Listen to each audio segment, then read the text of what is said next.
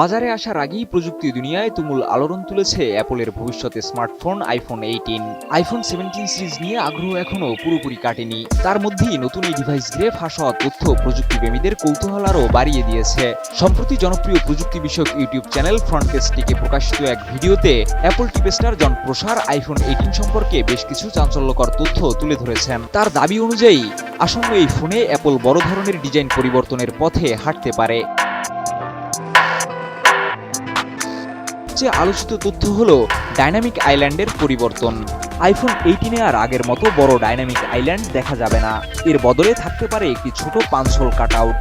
আরও চমকপ্রদ বিষয় হলো অ্যাপল নাকি ডিসপ্লের নিচে ফেস আইডি সেন্সর বসানো প্রযুক্তিতে উল্লেখযোগ্য অগ্রগতি অর্জন করেছে। যদি এই তথ্য সত্যি হয় তবে এটি অ্যাপলের ডিজাইন ইতিহাসে এক নতুন অধ্যায় যোগ করবে।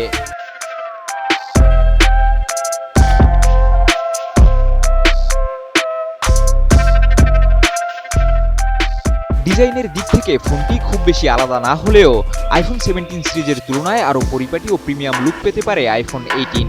নতুনভাবে ডিজাইন করা ক্যামেরা আইল্যান্ড ফোনটির সৌন্দর্য আরও বাড়াবে বলে ধারণা করা হচ্ছে। ফাঁস হওয়া তথ্য অনুযায়ী নতুন প্রো সিরিজে থাকতে পারে অ্যাপলের পরবর্তী প্রজন্মের A20 প্রো চিপসেট।